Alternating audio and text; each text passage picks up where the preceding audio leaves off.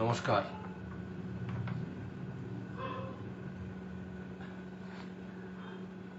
আমি অমর চট্টোপাধ্যায়।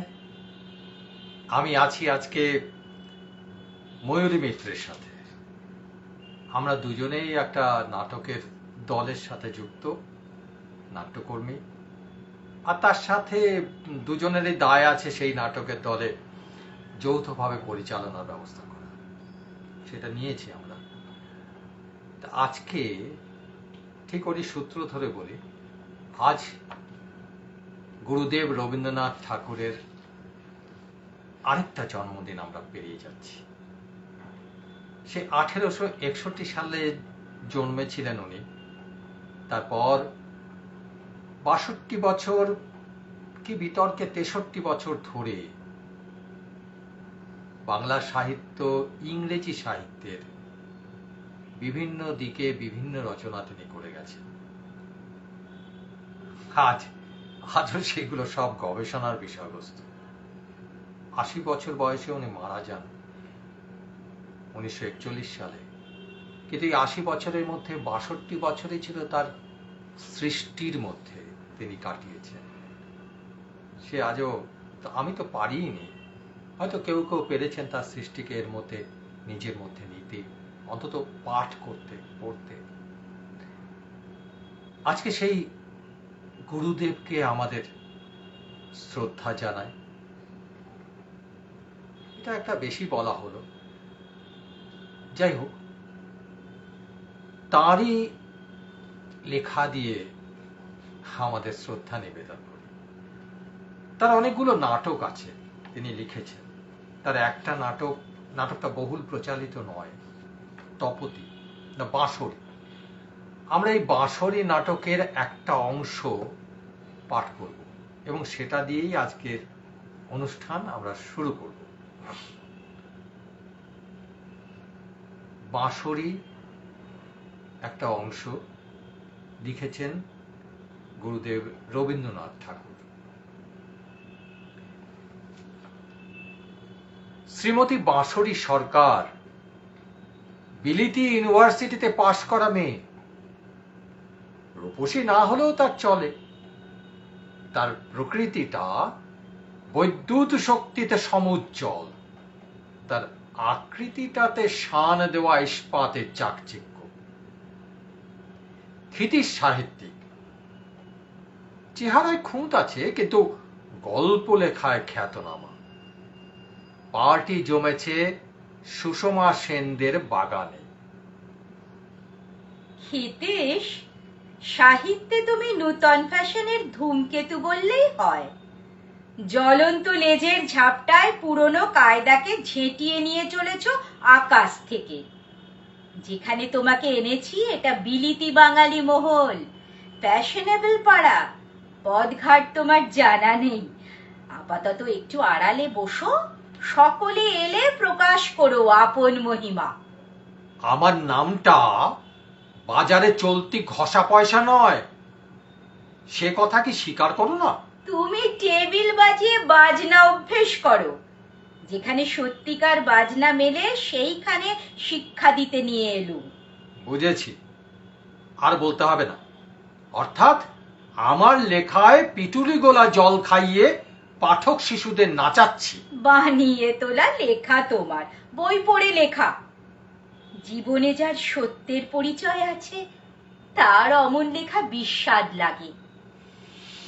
এত অধিক স্পষ্ট তোমার কথা যে যত বুঝি তার চেয়ে বাজে বেশি।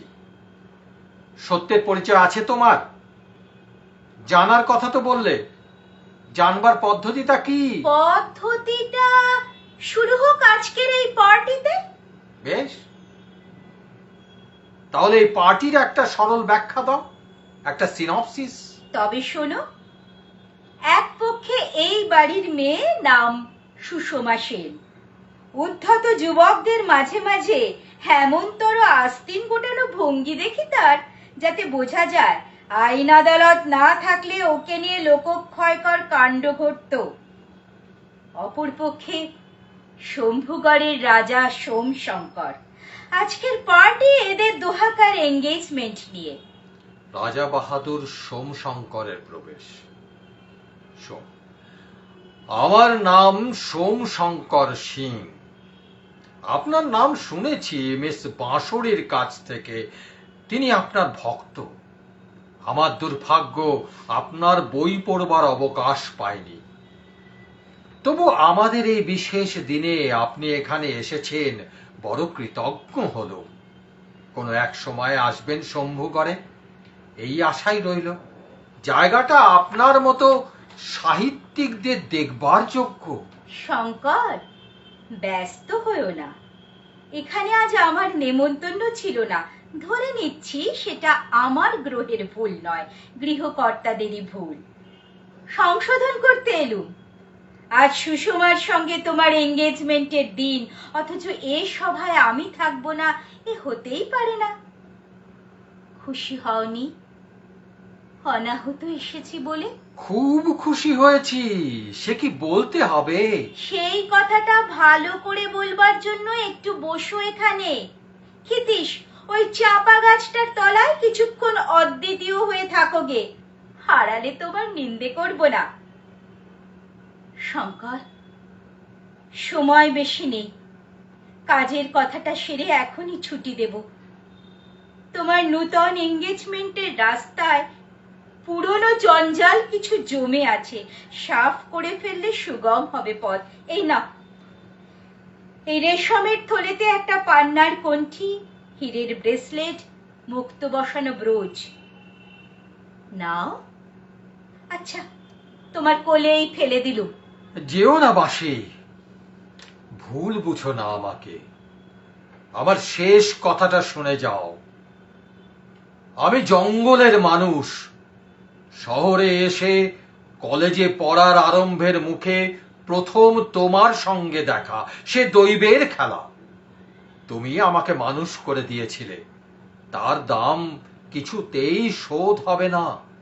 তুচ্ছ এই গয়নাগুলো। আমার শেষ কথাটা শোনো শঙ্কর। আমার তখন প্রথম বয়স। তুমি এসে পড়লে সেই নতুন জাগা অরুণ রঙের দিগন্তে।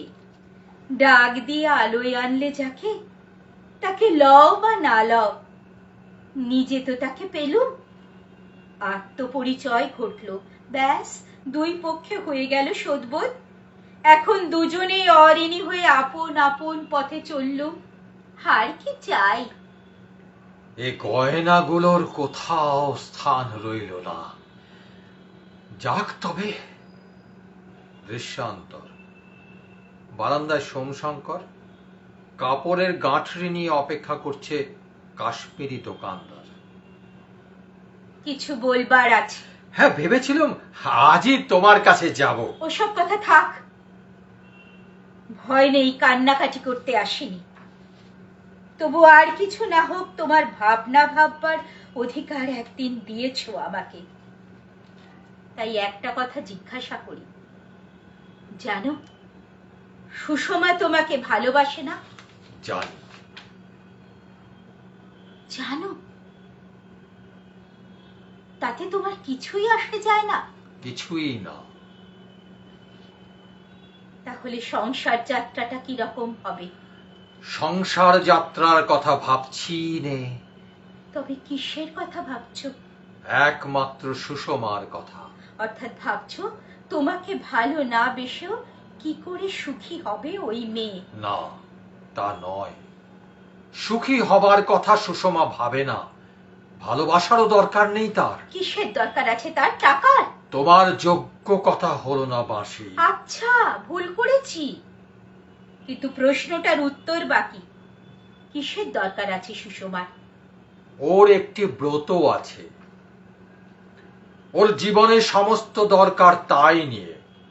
তাকে সাধ্য মতো সার্থক করা আমারও ব্রত। ওর ব্রত আগে, তারই পশ্চাতে তোমার। না, পুরুষের মতো শোনাচ্ছে না। এ কথা ক্ষত্রিয়ের মতো তো নয়ই।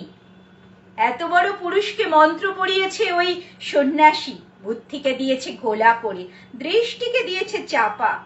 শুনলুম সব, ভালো হলো। গেল আমার শ্রদ্ধা ভেঙে, গেল আমার বন্ধন ছিঁড়ে। বয়স্ক শিশুকে মানুষ করে তোলার কাজ আমার নয়, সে কাজের ভার সম্পূর্ণ দিলেম ছেড়ে ওই মেয়ের হাতে। বাসি, শান্ত হও, চলো চলো এখান থেকে। যাব না তো কি? মনে করো না মরবো বুক ফেটে, জীবন হবে চিরচিতানলের শ্মশান। কখনো এমন বিচলিত দশা হয়নি আমার। আজ কেন এলো বন্যার মতো এই পাগলামি? লজ্জা, লজ্জা, লজ্জা। তোমাদের 3 জনের সামনে এই অপমান। থামো সোমশঙ্কর, আমাকে দয়া করতে এসো না। মুছে ফেলবো এই অপমান, কোনো চিহ্ন থাকবে না এর কাল, এই আমি বলে গেলুম। দৃষ্টান্ত, বাঁশরীর বন্ধু লীলার প্রবেশ। দেখ লীলা, মুখ গম্ভীর করে আসিস রে ভাই, তাহলে ঝগড়া হয়ে যাবে। মনে হচ্ছে সান্ত্বনা দেবার কু মতলব আছে, বাদল নামলো বলে। দুঃখ আমার সয়, সান্ত্বনা আমার সয় না, সে তোদের জানা। বসেছিলাম গ্রামাফোনে কমিক গান বাজাতে, কিন্তু তার চেয়েও বড় কমিক জিনিস নিয়ে পড়েছি, ক্ষিতীশের এই বইখানা। দেখি কি বই? ভালোবাসার নিলাম। বাহ, নামটা চলবে বাজারে। তুই পড়তে চাস? না রে, বিয়ে বাড়িতে সাজাতে ডেকেছে। আমাকে ডাকলো না তো। ভীরু ওরা। তা নয় বাসি, লজ্জা হলো, কি বলে ডাকবে তোকে? না ডেকেই লজ্জা দিলে আমাকে। ভাবছি আমি অন্ন জল ছেড়ে ঘরে দরজা দিয়ে কাঁদছি। ওদের সঙ্গে যখন তোর দেখা হবে কথা প্রসঙ্গে বলিস, বাসি বিছানায় শুয়ে কমিক বই পড়ছিল, পেট ফেটে যাচ্ছিল হেসে হেসে। তুই নিশ্চয় বলিস। আমি কিছুতেই বুঝতে পারি না রে বাসি, এত লোক থাকতে ক্ষিতীশের ওপরে ভরসা করে রেখেছিস কি করে? অবিচার করিস নে লীলা, ওর লেখবার শক্তি আছে। ও আমাদের ময়মনসিংহের বাগানের আম, যাতে ভালো, কিন্তু যতই চেষ্টা করা গেল ভেতরে পোকা হতেই আছে। ওই পোকা বাদ দিয়ে কাজে লাগানো হয়তো চলবে। ওই বুঝি ক্ষিতীশ আসছে। ও মাসি, আমি তাহলে চললুম। একেবারে যাস নে, সন্ধেবেলাটা কোনো মতে কাটাতে হবে তো। কমিক গল্পটা তো শেষ হলো। কমিক গল্পের অ্যাক্টিং বুঝি করতে হবে আমাকে? আচ্ছা, আমি রইলুম পাশের ঘরে। ক্ষিতীশের প্রবেশ। কেমন লাগলো? মেলোড্রামার খাদ মেশায়নি শিখে তোলাও। সেন্টিমেন্টালিটির তরল রস চায় যেসব খুকিরা, তাদের পক্ষে নির্জলা একাদশী একেবারে নিষ্ঠুর সত্য। কেমন লাগলো বুঝিয়ে দিচ্ছি। পাতাগুলো ছিঁড়ে ফেললাম। করলে কি সর্বনাশ! এটা আমার সব লেখার সেরা নষ্ট করে ফেললে। সাহিত্যে নিজে কিছু দেবার শক্তি নেই, অথচ সংকোচ নেই তাকে বঞ্চিত করতে। এর দাম দিতে হবে, কিছুতেই ছাড়বো না। কি দাম চাই? তোমাকে। সাহস আছে নিতে? আছে। আছো রাজি? বুঝে সুঝে বলছো? এই কমিক নভেল নয়, ভুল করলে প্রুফ দেখা চলবে না, এডিশনও ফুরবে না মরার দিন পর্যন্ত। সেই হবে আমার জীবনের সবচেয়ে বড় অভিজ্ঞতা। সম্মতি না দিলে সাংঘাতিক নির্দয়তা হবে, আমি সামলে উঠতে পারবো না। আচ্ছা, সম্মতি দিলেন। এই রে, শুরু হলো। ভালো করে ভেবে দেখো, এখনো পিছোবার সময় আছে। মাফ করো, ভয় হচ্ছে পাছে মত বদলায়। যখন বদলাবে তখন ভয় করো।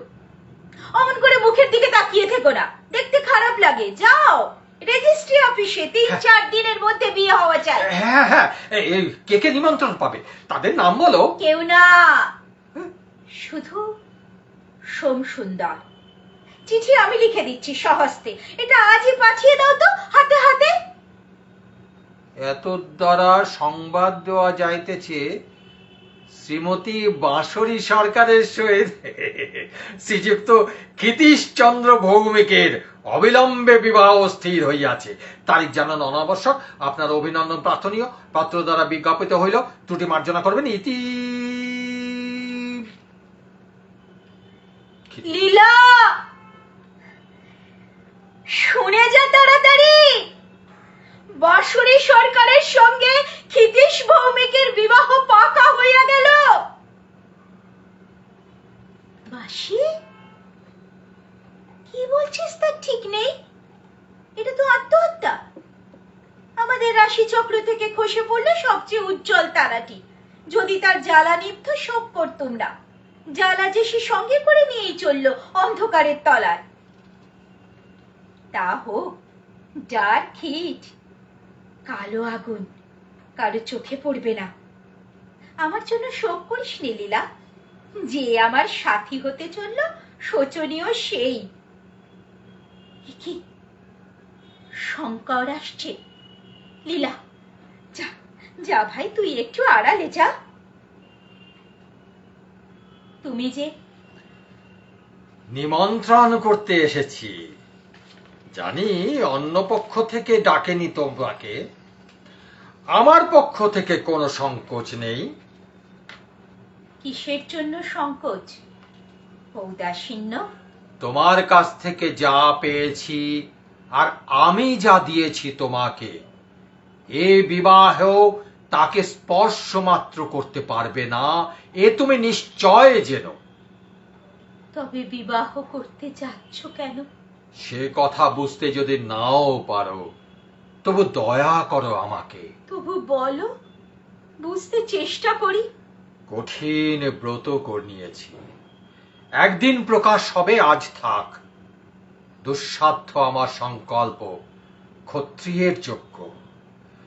কোন এক সংকটের দিনে বুঝবে সে ব্রত ভালোবাসার চেয়েও বড়, তাকে সম্পন্ন করতেই হবে, প্রাণ দিয়েও। আমাকে সঙ্গে নিয়ে সম্পন্ন করতে পারতে না? নিজেকে কখনো তুমি ভুল বোঝাওনি বাঁশি। তুমি নিশ্চিত জানো তোমার কাছে আমি দুর্বল। হয়তো একদিন তোমার ভালোবাসা আমাকে তলিয়ে দিত ব্রত থেকে। যে দুর্গম পথে সুষমার সঙ্গে সন্ন্যাসী আমাকে যাত্রায় প্রবৃত্ত করেছেন, সেখানে ভালোবাসার গতিবিধি বন্ধ। সন্ন্যাসী হয়তো ঠিকই বুঝেছেন। তোমার চেয়েও তোমার ব্রতকে আমি বড় করে দেখতে পারতুম না। হয়তো সেইখানেই বাধ্য সংঘাত। আজ পর্যন্ত তোমার ব্রতের সঙ্গেই আমার শত্রুতা।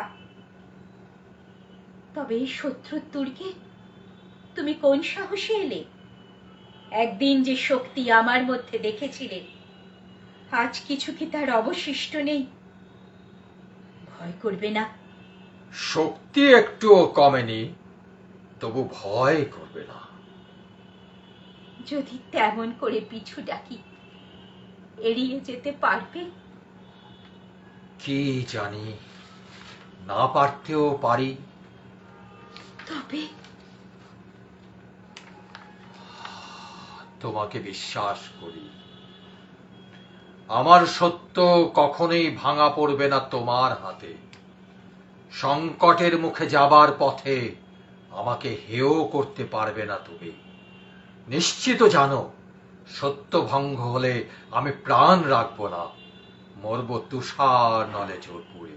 শঙ্কর, তুমি ক্ষত্রিয়ের মতোই ভালোবাসতে পারো, শুধু ভাব দিয়ে নয়, বীর্য দিয়ে। সত্যি করে বলো, আজও কি আমাকে সেদিনের মতোই ততখানি ভালোবাসো? ততখানি। আর কিছুই চাইলে আমি। সুষমাকে নিয়ে পূর্ণ হোক তোমার ব্রত, তাকে ঈর্ষা করব না। একটা কথা বাকি আছে। আমার ভালোবাসার কিছু চিহ্ন রেখে যাচ্ছি তোমার কাছে, ফিরিয়ে দিতে পারবে না? অলংকারের সেই থলি। মনে করেছিলুম আমার সব হারিয়েছে, ফিরে পেয়ে অনেকখানি বেশি করে পেলুম। নিজের হাতে পরিয়ে দাও আমার। শক্ত আমার প্রাণ, তোমার কাছেও কোনোদিন কেঁদেছি বলে মনে পড়ে না। আজ যদি কাঁদি, কিছু মনে করো না। নাও বাসি, নাও। এই সে চিঠিটাকে ছিঁড়ে ফেললাম, কিন্তু এখনো একটা কাজ যে বাকি আছে। এই সিগারেট কেসটা চেয়ে পাঠিয়েছিলে, কেন বুঝতে পারিনি? আর একবার তোমার ওই পকেটে রাখবো বলে এ আমার দ্বিতীয়বার কারদান। আচ্ছা, সন্ন্যাসী বাবা আমাদের বাড়িতে আসবেন এখনই, বিদায় দাও। যাও, যাই তার কাছে। যাও, জয় হোক তোমার। লীলা, কি হলো বাসি? একটু বস, আর একটা চিঠি লেখা বাকি আছে, সেটা তাকে দিতে হবে তোরই হাত দিয়ে। এই নে, পড়ে দেখ। শ্রীমান ক্ষিতীশচন্দ্র ভৌমিক কল্যাণ বরেশু, তোমার ভাগ্য ভালো, ফাড়া কেটে গেল। আমারও বিবাহের আসন্ন আশঙ্কাটা সম্পূর্ণ লোপ করে দিল। ভালোবাসার নিরামে সর্বোচ্চ দরই পেয়েছি। তোমার ডাক সে পর্যন্ত পৌঁছতো না। অন্যত্র অন্য কোনো সান্ত্বনার সুযোগ উপস্থিত মতো যদি না জোটে, তবে বই লেখো। আশা করি এবার সত্যের সঙ্গে তোমার পরিচয় হয়েছে। তোমার এই লেখায় বাঁশরীর প্রতি দয়া করবার দরকার হবে না। আত্মহত্যায় এক পৈঠে পা বাড়িয়েই সে ফিরে এসেছে। লীলা, দে ভাই, সব দরজা জানলা খুলে, সব আলোগুলো জ্বালিয়ে, বাগান থেকে যতগুলো ফুল পাস নিয়ে আয় সংগ্রহ করে।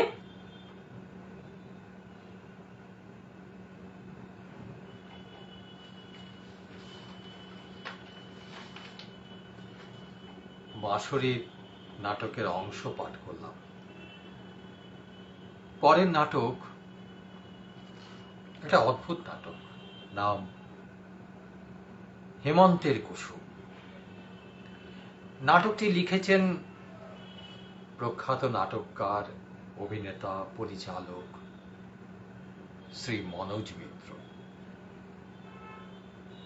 মূল গল্প কিন্তু গুরুদেব রবীন্দ্রনাথ ঠাকুরের ত্যাগ। বিশেষত্ব এই যে এই গল্পের কোনো ভাব সংগ্রহ করে কিন্তু তার নাটকটা তিনি করেননি। একটা অদ্ভুত দক্ষতায় এই গল্পটাকেই নাটকে পরিবর্তন করেছেন। আমরা পাঠ করি সেই নাটক, মনোজ মিত্র বিরচিত হেমন্তের কুসুম। ফাল্গুনের প্রথম পূর্ণিমায় আম্র মুকুলের গন্ধ লইয়া নব বসন্তের বাতাস বহিতেছে।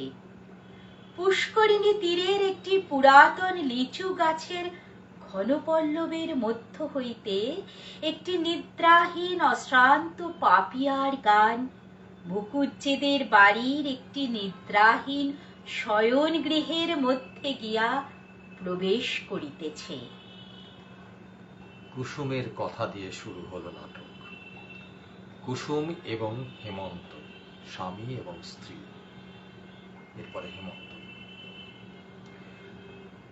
আমি চঞ্চল ভাবে কখনো স্ত্রীর একগুচ্ছ চুল খোঁপা হইতে বিশ্লিষ্ট করিয়া লইয়া আঙুলে জড়াইতেছি, কখনো তাহার বালাতে চুড়িতে সংঘাত করিয়া ঠুং ঠুং শব্দ করিতেছি, কখনো তাহার মাথার ফুলের মালাটা টানিয়া সস্থানচ্যুত করিয়া তাহার মুখের উপর আনিয়া ফেলিতেছি।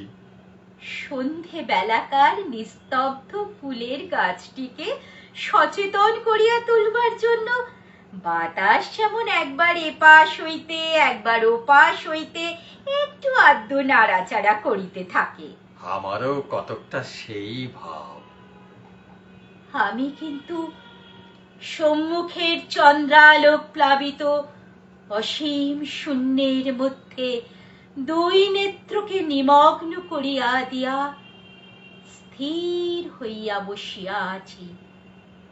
স্বামীর চাঞ্চল্য আমাকে স্পর্শ করিয়া প্রতিহত হইয়া ফিরিয়া যাইতেছে। অবশেষে কিছু অধীর ভাবে কুসুমের দুই হাত নাড়া দিয়া বলি, কুসুম, তুমি আছো কোথায়? তোমাকে যেন একটা মস্ত দূরবীন কষিয়া বিস্তর ঠাওর করিয়া বিন্দু মাত্র দেখা যাইবে এমনি দূরে গিয়া পড়িয়াছ। আমার ইচ্ছা তুমি আজ একটু কাছাকাছি আসো, দেখো দেখি কেমন চমৎকার রাত্রি। এবার শূন্য হইতে মুখ ফিরাইয়া লইয়া স্বামীর মুখের দিকে রাখিয়া বলি, এই জ্যোৎস্না রাত্রি, এই বসন্তকাল সমস্ত এই মুহূর্তে মিথ্যা হইয়া ভাঙিয়া যাইতে পারে, এমন একটা মন্ত্র আমি জানি। যদি জানো তো সেটা উচ্চারণ করিয়া কাজ নাই, বরং এমন যদি কোনো মন্ত্র জানা থাকে যাহাতে সপ্তাহের মধ্যে 3-4 রবিবার আসে, কিংবা রাত্রিটা বিকাল 5টা 5:30 পর্যন্ত টিকিয়া যায়, তো তাহা শুনিতে রাজি আছি বলিয়া কুসুমকে আর একটু টানিয়া লইতে চেষ্টা করি। কুসুম, সে আলিঙ্গন পাশে ধরা না দিয়া বলি, আমার মৃত্যুকালে তোমাকে যে কথাটা বলিব মনে করিয়াছিলাম, আজ তাহা বলিতে ইচ্ছা করিতেছে। আজ মনে হইতেছে তুমি আমাকে যত শাস্তি দাও না কেন আমি বহন করিতে পারিব। হঠাৎ চটি জুতার শব্দ দ্রুত বেগে নিকটবর্তী হয়। হেমন্তের বাপ হরিহরের প্রবেশ। হেমন্ত, বউকে এখনই বাড়ি হইতে দূর করিয়া দাও বলিয়া হেমন্তের বাপ চলিয়া গেল। চটির শব্দ দূরে মিলিয়া গেল। হেমন্ত, আমি স্ত্রীর মুখের দিকে চাহিলাম। স্ত্রী কিছুই বিস্ময় প্রকাশ করিল না, কেবল 2 হাতের মধ্যে কাতরে মুখ লুকাইয়া আপনার সমস্ত বল এবং ইচ্ছা দিয়া আপনাকে যেন লুপ্ত করিয়া দিতে চেষ্টা করিল। দক্ষিণে বাতাসে পাপিয়ার স্বর ঘরে প্রবেশ করিতে লাগিল, কাহারও কানে গেল না। পৃথিবী এমন অসীম সুন্দর, অথচ এত সহজে সমস্ত বিকল হইয়া যায়। হেমন্ত চলিয়া গেল। দৃশ্যান্তর রাত্রির স্তব্ধতা। হেমন্ত, সত্য কি? সত্য। এতদিন বলো নাই কেন? অনেকবার বলিবার চেষ্টা করিয়াছি, বলিতে পারি নাই। আমি বড় পাপিষ্ঠা। তবে আজ সমস্ত খুলিয়া বলো। আমি গম্ভীর দৃঢ় স্বরে সমস্ত বলিয়া যাই, যেন অটল চরণে ধীর গতিতে আগুনের মধ্যে দিয়া চলি। কতখানি দগ্ধ হইতেছিলাম কেহ বুঝিতে পারিল না। সমস্ত শুনিয়া স্বামী উঠিয়া গেলেন। বুঝিলাম যে স্বামী চলিয়া গেল সেই স্বামীকে আর ফিরিয়া পাইব না। কিছু আশ্চর্য মনে হইল না। এ ঘটনাও যেন অন্যান্য দৈনিক ঘটনার মতো অত্যন্ত সহজভাবে উপস্থিত হইল। মনের মধ্যে এমন একটা শুষ্ক অসারতার সঞ্চার হইয়াছে, কেবল পৃথিবীকে এবং ভালোবাসাকে আগাগোড়া মিথ্যা এবং শূন্য বলিয়া মনে হইল। এমনকি আমার স্বামীর সমস্ত অতীত ভালোবাসার কথা স্মরণ করিয়া অত্যন্ত নীরস কঠিন নিরানন্দ হাসি একটা খরধার নিষ্ঠুর ছুরির মতো আমার মনের এক ধার হইতে আর এক ধার পর্যন্ত একটি দাগ রাখিয়া দিয়া গেল। বোধ করি সে ভাবিল, যে ভালোবাসাকে এতখানি বলিয়া মনে হয়, এত আদর, এত গাঢ়তা, যাহার তিল মাত্র বিচ্ছেদ এমন মর্মান্তিক, যাহার মুহূর্ত মাত্র মিলন এমন নিবিড় আনন্দময়, যাহাকে অসীম অনন্ত বলিয়া মনে হয়, জন্ম জন্মান্তরেও যাহার অবসান কল্পনা করা যায় না, সেই ভালোবাসা এইটুকুর ওপর নির্ভর। সমাজ যেমনি একটু আঘাত করিল, অমনি অসীম ভালোবাসা চূর্ণ হইয়া এক মুষ্টি ধুলি হইয়া গেল। এই কিছু পূর্বে কম্পিত স্বরে কানের কাছে বলিতেছিল, চমৎকার রাত্রি। সে রাত্রি তো এখনো শেষ হয় নাই। এখনো সেই পাপিয়া ডাকিতেছে, দক্ষিণের বাতাস মশারি কাঁপাইয়া যাইতেছে, এবং জ্যোৎস্না সুখশ্রান্ত সুপ্ত সুন্দরীর মতো বাতায়নবর্তী পালঙ্কের এক প্রান্তে বিলীন হইয়া পড়িয়া আছে। সমস্তই মিথ্যা। ভালোবাসা আমার অপেক্ষাও মিথ্যাবাদিনী, মিথ্যাচারিণী। দৃশ্যান্তর। পরের দিন প্রভাতে পেয়ারী শঙ্করের বাড়িতে হেমন্ত আসিয়া উপস্থিত হইল। পেয়ারী শঙ্কর, আরে হেমন্ত যে সাত সকালে অনিদ্রা শুষ্ক পাগলের মতো, কি হে বাবু, কি খবর? হেমন্ত একটা আগুনের মতো যেন দাও দাও করিয়া জ্বলিতে জ্বলিতে কাঁপিতে কাঁপিতে বলিতাম, তুমি তুমি আমাদের জাতি নষ্ট করিয়াছ, সর্বনাশ করিয়াছ, তোমাকে ইহার শাস্তি ভোগ করিতে হইবে। আর তোমরা আমার জাতি রক্ষা করিয়াছ, আমার সমাজ রক্ষা করিয়াছ, আমার পিঠে হাত বুলাইয়া দিয়াছ, আমার প্রতি তোমাদের বড় যত্ন, বড় ভালোবাসা। ইচ্ছা হইল সেই মুহূর্তে প্যারী শঙ্করকে ব্রহ্মতেজে ভস্ম করিয়া দিই, কিন্তু যেতে যে জ্বলিতে লাগিলাম, নিজেই জ্বলিতে লাগিলাম। প্যারী শঙ্কর দিব্য সুস্থ নিরাময় ভাবে বসিয়া রহিল। বলিলাম, আমি তোমার কি করিয়াছিলাম? প্যারী শঙ্কর, হেমন্ত, আমার একটি মাত্র কন্যা ছাড়া আর সন্তান নাই। জিজ্ঞাসা করি, আমার সেই কন্যা তোমার বাপের কাছে কি অপরাধ করিয়াছিল? তুমি তখন ছোট ছিলে, তুমি হয়তো জানো না ঘটনাটা, তবে মন দিয়া শোনো। হা, ব্যস্ত হইও না বাবু, ইহার মধ্যে অনেক কৌতুক আছে।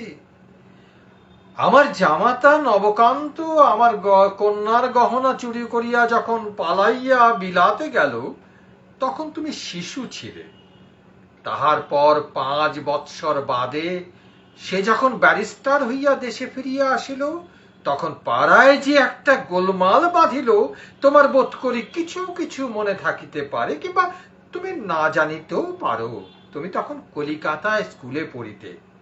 তোমার বাপ গ্রামের দলপতি হইয়া বলিলেন, মেয়েকে যদি স্বামী গৃহে পাঠানো অভিপ্রায় থাকে, তবে সে মেয়েকে আর ঘরে লইতে পারিবে না। আমি তাহাকে হাতে পায়ে ধরিয়া বলিলাম, দাদা, এই যাত্রা তুমি আমাকে ক্ষমা করো। আমি ছেলেটিকে গোবর খাওয়াইয়া প্রায়শ্চিত্ত করাইতেছি, তোমরা তাহাকে যাতে তুলিয়া লও। তোমার বাপ কিছুতেই রাজি হইলেন না।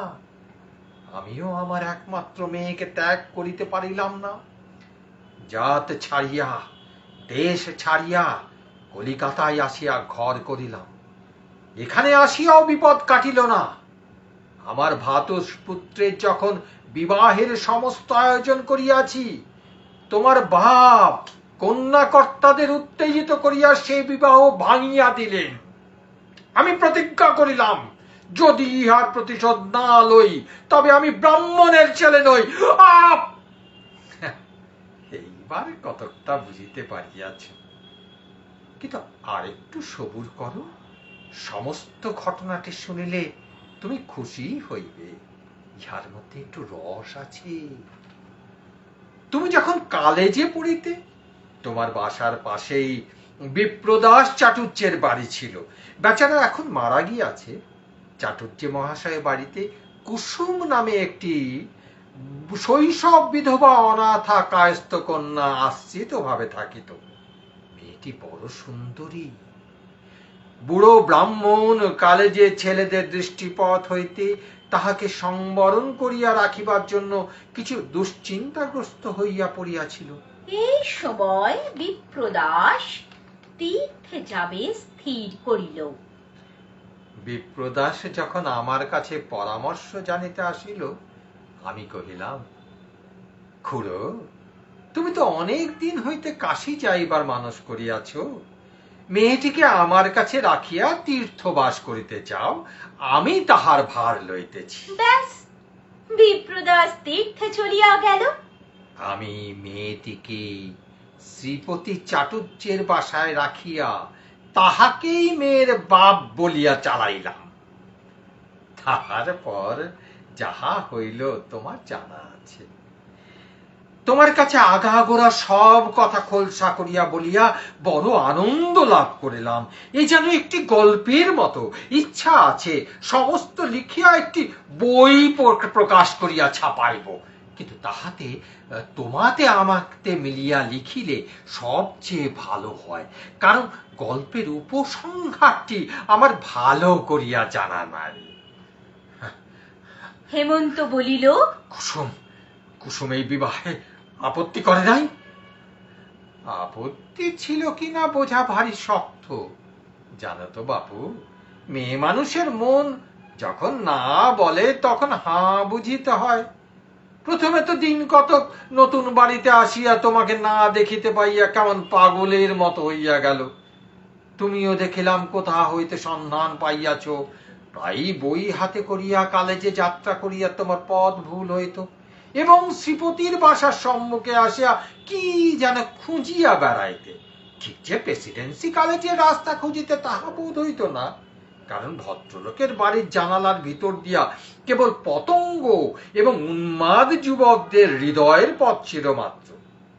দেখিয়া শুনিয়া বড় দুঃখ হইল। দেখিলাম তোমার পড়ায় বড়ই ব্যাঘাত হইতেছে এবং মেয়েটির অবস্থাও সংকটাপন্ন। একদিন কুসুমকে ডাকিয়া লইয়া কহিলাম, বাছা, আমি বুড়া মানুষ, আমার কাছে লজ্জা করিবার আবশ্যক নাই। তুমি যাহাকে মনে মনে প্রার্থনা করো আমি জানি। ছেলেটিও মাটি হইবার জো হইয়াছে। আমার ইচ্ছা তোমাদের মিলন হয়। শুনিবা মাত্র কুসুম একেবারে বুক ফাটিয়া কাঁদিয়া উঠিল এবং ছুটিয়া পলাইয়া গেল। এমনি করিয়া প্রায় মাঝে মাঝে সন্ধ্যাবেলায় শ্রীপতির বাড়ি গিয়া কুসুমকে ডাকিয়া তোমার কথা পাইয়া ক্রমে তাহার লজ্জা ভাঙিলাম। অবশেষে একদিন ক্রমিক আলোচনা করিয়া তাহাকে বুঝাইলাম যে বিবাহ ব্যতীত পথ দেখি না, তাহা ছাড়া মিলনের আর কোনো উপায় নাই। কিন্তু কেমন করিয়া হইবে জ্যাঠামশাই? আমি কহিলাম, তোমাকে কুলিনের মেয়ে বলিয়া চালাইয়া দিব। অনেক তর্কের পরে সে এই বিষয়ে তোমার মত জানিতে কহিল। আমি কহিলাম, ছেলেটা একে খেপিয়া যাইবার জো হইয়াছে, তাহাকে আবার এ সকল গোলমালের কথা বলিবার আবশ্যক কি? সেদিন কুসুম বুঝিল কি বুঝিল না, কত বুঝিতে পারিল না। কখনো কাঁদে, কখনো চুপ করিয়া বসিয়া থাকে। তবে কাজ নাই। না না জ্যাঠামশাই, আচ্ছা আচ্ছা আচ্ছা আচ্ছা থাক। না না, কিন্তু এইরূপ অবস্থায় শ্রীপতিকে দিয়া তোমাকে বিবাহের প্রস্তাব পাঠাই। দেখিলাম সম্মতি দিতে তোমার তিল মাত্র বিলম্ব হইল না। তখন বিবাহের সমস্ত ঠিক হইল। বিবাহের অনতি পূর্বে কুসুম এমনি বেঁকিয়া বাঁকিয়া দাঁড়াইল, তাহাকে আর কিছুতেই বাগাইতে পারি না। সে আমার হাতে পায়ে ধরিল। জ্যাঠামশাই, ইহাতে কাজ নাই।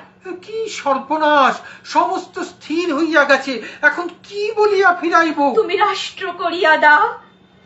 আমার হঠাৎ মৃত্যু হইয়াছে, আমাকে আমাকে এখান থেকে কোথাও পাঠাইয়া দাও। তাহা হইলে ছেলেটির দশা কি হইবে? তাহার বহুদিনের আশা কাল পূর্ণ হইবে বলিয়া সে স্বর্গে চড়িয়া বসিয়াছে। আজ আমি হঠাৎ তাহাকে তোমার মৃত্যু সংবাদ পাঠাইব, আবার পরদিন তোমাকে তাহার মৃত্যু সংবাদ পাঠাইতে হইবে, এবং সেই দিন সন্ধ্যা বেলায় আমার কাছে তোমার মৃত্যু সংবাদ আসিবে। আমি কি এই বুড়া বয়সে স্ত্রী হত্যা ব্রহ্ম হত্যা করিতে বসিয়াছি? হেমন্ত কহিল, আমাদের আমাদের যাহা করিবার তাহা তো করিলেন, আবার কথাটা প্রকাশ করিলেন কেন? দেখিলাম তোমার ছোট ভগ্নীর বিবাহের সমস্ত স্থির হইয়া গেছে। তখন মনে মনে ভাবিলাম, একটা ব্রাহ্মণের জাত মরিয়াছে, কিন্তু সে কেবল কর্তব্য বোধে, আবার আর একটা ব্রাহ্মণের জাত মারা পড়ে, আমার কর্তব্য এটা নিবারণ করা। তাই তাহাদের চিঠি লিখিয়া দিলাম, বলিলাম যে শূদ্রের কন্যা বিবাহ করিয়াছে হেমন্ত, তাহার প্রমাণ আছে। এই যে মেয়েটিকে আমি পরিত্যাগ করিব, ইহার দশা কি হইবে? আপনি ইহাকে প্রশ্রয় দিবেন? আমার যাহা কাজ তাহা আমি করিয়াছি, এখন পরের পরিত্যক্ত স্ত্রীকে পোষণ করা আমার কর্ম নয়। ও হাহা, যাও কোথায়? ওরে হেমন্ত বাবুর জন্য বরফ দিয়া এক গ্লাস ডাবের জল লইয়া আর পানও আনিস। হেমন্ত তিল মাত্র অপেক্ষা না করিয়া বাড়ি চলিয়া গেল। গ্রীষ্মান্তর, কৃষ্ণপক্ষের পঞ্চমী, অন্ধকার রাত্রি, পাখি ডাকিতেছে না। পুষ্করিণীর ধারের লিচু গাছটি কালো রাত চিত্রপটের উপর গাঢ়তর কালির দাগের মতো লেপিয়া গেছে। কেবল দক্ষিণের বাতাস এই অন্ধকারে অন্ধভাবে ঘুরিয়া ঘুরিয়া বেড়াইতেছে, যেন তাহাকে নিশিতে পাইয়াছে। আর আকাশের তারা নির্নিমেষে সতর্ক নেত্রে প্রাণপণে অন্ধকার ভেদ করিয়া কি একটা রহস্য আবিষ্কার করিতে প্রবৃত্ত আছে। শয়ন গৃহে দীপ জ্বালা নাই। স্বামী বাতায়নের কাছে খাটের ওপরে বসিয়া সম্মুখের অন্ধকারের দিকে চাহিয়া আছে। আমি ভূমিতলে দুই হাতে তাহার পা জড়াইয়া পায়ের ওপর মুখ রাখিয়া পড়িয়া আছি। সময় যেন স্তম্ভিত সমুদ্রের মতো স্থির হইয়া বসিয়া আছে, যেন অনন্ত নিশীথিনীর উপর অদৃষ্ট চিত্রকারী একটি চিরস্থায়ী ছবি আঁকিয়া রাখিয়াছে। চারিদিকে প্রলয়, মাঝখানে একটি বিচারক, এবং তাহার পায়ের কাছে একটি অপরাধিনী। হরিহরের চটি জুতার শব্দ হইল। অনেকক্ষণ হইয়া গিয়াছে, আর সময় দিতে পারি না। মেয়েটিকে ঘর হইতে দূর করিয়া যাও। এই স্বর শুনিবা মাত্র একবার মুহূর্তের মতো চিরজীবনের স্বাদ মিটাইয়া স্বামীর দুই পা দ্বিগুণতর আবেগে চাপিয়া ধরিলাম। চরণ চুম্বন করিয়া পায়ের ধুলা মাথায় লইয়া পা ছাড়িয়া দিলাম। হেমন্ত কহিল, আমি স্ত্রীকে ত্যাগ করব না। হরিহর, জাত খোয়াইবি? আমি জাত মানি না। তবে তুই সুদ্ধা দূর হইয়া যা। আবার কোকিলের ডাক, মধুর বাজনা। সূচনার কথাগুলি অপরিবর্তিত, পরিবর্তন শুধু মনের। ফাল্গুনের প্রথম পূর্ণিমায় আম্রমুকুলের গন্ধ লইয়া নববসন্তের বাতাস বহিতেছে। পুষ্করিণী তীরের একটি পুরাতন লিচু গাছের ঘন পল্লবের মধ্য হইতে একটি নিদ্রাহীন অশ্রান্ত পাপিয়ার গান মুকুজ্জেদের বাড়ির একটি নিদ্রাহীন শয়ন গৃহের মধ্যে গিয়া প্রবেশ করিতেছে। হেমন্ত কিছু চঞ্চল ভাবে কখনো স্ত্রীর একগুচ্ছ চুল খোপা হইতে বিশ্লিষ্ট করিয়া লইয়া আঙুলে জড়াইতেছে, কখনো তাহার বালাতে চুড়িতে সংঘাত করিয়া টুম টুম শব্দ করিতেছে, কখনো তাহার মাথার ফুলের মালাটা টানিয়া স্বস্থানচ্যুত করিয়া আবার তাহার মুখের ওপর আনিয়া ফেলিতেছে। সন্ধ্যাবেলাকার নিস্তব্ধ ফুলের গাছটিকে সচেতন করিয়া তুলিবার জন্য বাতাস যেমন একবার এপাশ হইতে একবার ওপাশ হইতে একটু আধটু নাড়াচাড়া করিয়া থাকে। হেমন্তের কতটা সেই ভাব। কিন্তু সম্মুখে চন্দ্রালোক ক্লান্ত পাশের শূন্যের মধ্যে দুই নেত্রকে নিমগ্ন করিয়া স্থির হইয়া বসিয়া আছি।